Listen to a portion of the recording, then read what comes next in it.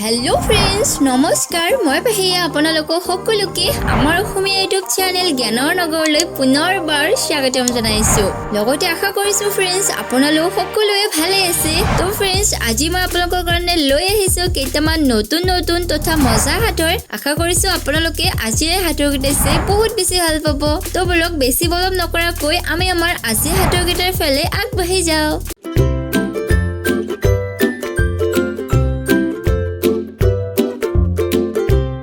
আমাৰ আজি প্ৰথম হাতৰ অলপ পানীত বগলি চৰে পানী শুকালে বগলি মৰে ইয়াৰে শুদ্ধ উত্তৰটো फ्रेंड्स আমাৰ লৈ কমেন্ট কৰি জনাব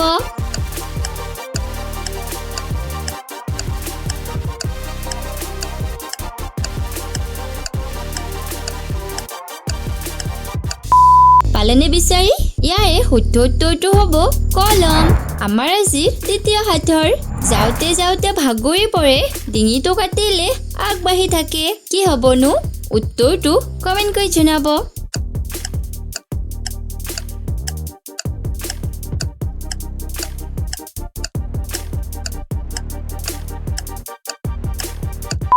পালেনে বিচাৰি ইয়াৰে শুদ্ধ উত্তৰটো হ'ব কাঠ পেন্সিল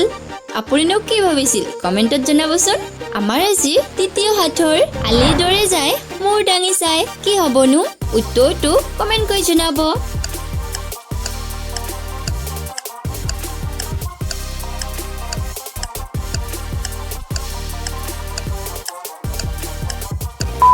পালেনে বিচাৰি ইয়াৰে শুদ্ধ উত্তৰটো হ'ব কাপোৰ চিলোৱা বেজি আমাৰ আজি চতুৰ্থ হাতৰ হাকুৰৰ জন্ম ঘৰত বাস কৰে কি বস্তু ক'ব পাৰিবনে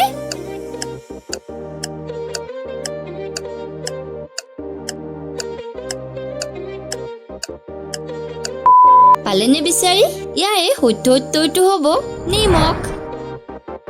আমাৰ আজি পঞ্চম হাতৰ এঠিঙীয়া বগলী নিতৌ নাচে গধূলি কি হ'বনো উত্তৰটো কমেন্টত জনাব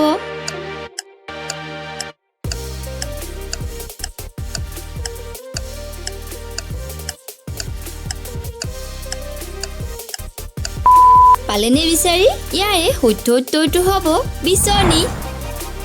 আমাৰ আজি অন্তিম তথা শেষৰ হাতৰটো হ'ল অৰ্থাৎ আমাৰ আজি ষষ্ঠম হাতৰ এজন পুৰুষে মুঠ কিমানটা সন্তান জন্ম দিব পাৰে ফ্ৰেণ্ডছ ইয়াৰে শুদ্ধ উত্তৰটো আমালৈ কমেন্ট কৰি জনাব